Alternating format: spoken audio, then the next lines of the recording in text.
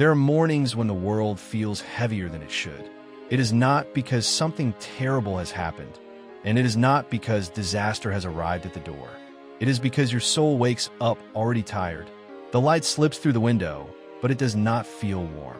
You sit on the edge of the bed and wonder how another day has found you. This is not because you hate life, and it is not because you have lost faith. It is because your strength feels spent before the day has even begun. Some pains do not shout or announce themselves. They do not crash through the door. Instead, they sit quietly and wait in the chest. They press on the breath and settle into the heart like a weight no one else can see. There are prayers that never become sentences. They exist only as sighs, as long pauses between thoughts, and as the ache of wanting God near without knowing how to say it. Faith does not always collapse with noise. Sometimes it simply grows tired. We often imagine faith as confidence, as certainty, and as answers that arrive on time. But many believers live with something else entirely, and that something is waiting. They wait for clarity, they wait for peace, and they wait for something inside them to finally loosen its grip. We know the verses and we know the promises. We also know the songs. However, knowing is not the same as feeling. When sorrow lingers and grief does not hurry, and when prayers seem to echo and return unchanged, we begin to wonder whether God still comes close or whether he now speaks only in memory. There's a quiet loneliness that can live inside faith. It is not exactly doubt, and it is not rebellion. It is simply exhaustion. It is the kind of exhaustion that whispers, "I still believe, but I do not know how to stand anymore." This is the soil where many sacred songs are born. They are not born in joy, in triumph, or in celebration. They are born in private places, where a person sits with God and it never reaches a congregation. It passes through a single heart. It passes through a heart that has known sorrow, a heart that has waited, and a heart that has learned what silence sounds like when it is shared with God. If this story is stirring something in you, take a quiet moment and let it out in the comments.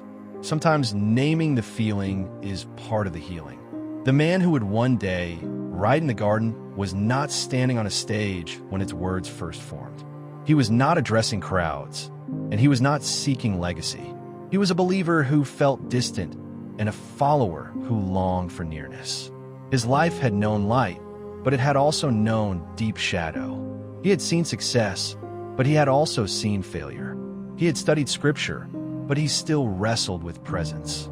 His faith was not theoretical. It was personal.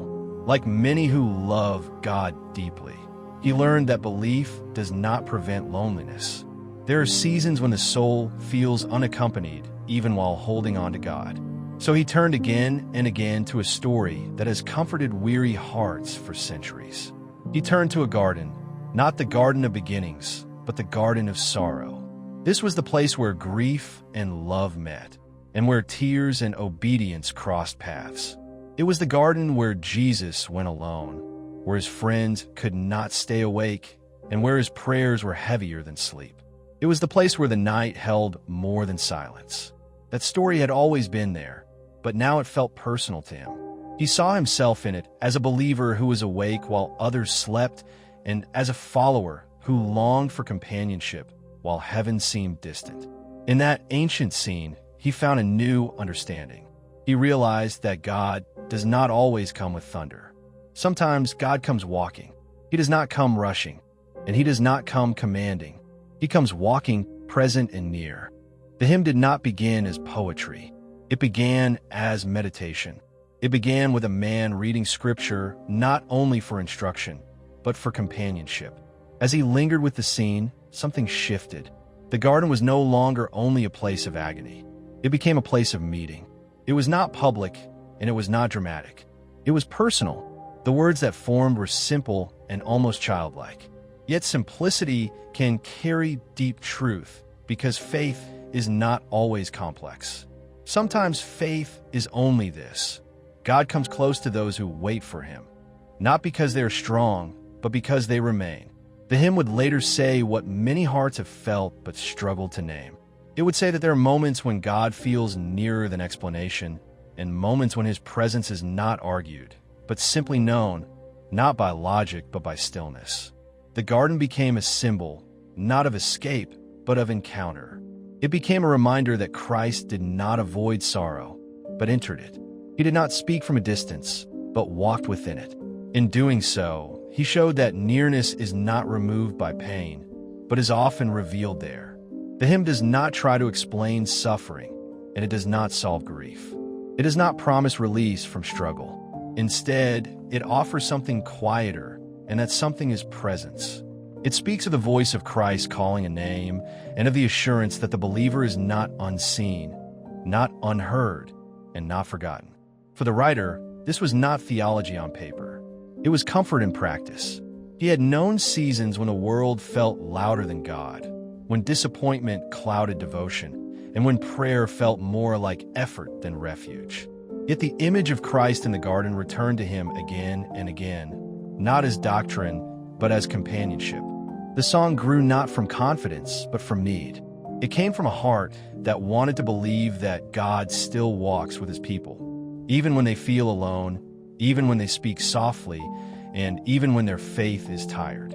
This is why the hymn has endured. It does not speak to victory, it speaks to waiting. It does not declare strength, it acknowledges weakness. It does not lift voices toward heaven with force. Instead, it listens for God walking near. Many hymns rise like banners, but this one sits like a bench. It becomes a place to rest, a place to breathe, and a place where the soul remembers that faith is not only about believing something true, but about being with someone real. The story behind the hymn is not dramatic, it is human. It is the story of a man alone with Scripture, a heart longing for closeness, and a song shaped by quiet reflection. This is often how God works, not by spectacle, but by presence, not by noise, but by nearness. The garden is not described as crowded, it is described as personal. There is one voice, one listener, and a name spoken with care. This is what many believers crave, not answers and not explanations, but the sense that God sees them, that their pain is not invisible, and that their waiting is not wasted. The hymn does not deny darkness. It simply insists that Christ walks there too. This is not optimism, it is companionship. And in a world that grows louder each year, and in a faith culture that often measures devotion by volume, this quiet hymn offers something that runs counter to the noise. It offers the idea that God meets people where they are, not where they pretend to be. In the garden of grief, in the garden of fatigue, and in the garden of unanswered prayer, God is not rushing. He is walking. This is what makes the hymn enduring. It does not belong to a time. It belongs to a feeling, the feeling of wanting God close when the world feels far. The hymn does not explain resurrection. It describes companionship after grief. It does not preach doctrine. It practices presence. In doing so, it gives language to something many cannot express, that sometimes faith is simply staying where God is, even when everything else feels uncertain. The garden becomes a picture of what prayer can be. It is not a speech, but a walk, not a demand, but a listening, not a performance, but a meeting. This is the heart of the hymn, not triumph, but tenderness, not power, but presence, and not escape, but nearness. For those who are tired of noise, it offers stillness. For those who are tired of explanations, it offers companionship. For those who are tired of pretending, it offers permission to be quiet with God. The hymn survives because it tells the truth gently, that God does not only meet us in victory, but he also meets us in sorrow, not to remove it immediately, but to share it faithfully. This is what the writer understood, not because life was easy, but because faith had been tested. What remained was not certainty, it was presence, and presence was enough. The hymn does not shout hope, it whispers it. It does not claim the garden is painless, it claims that God is there.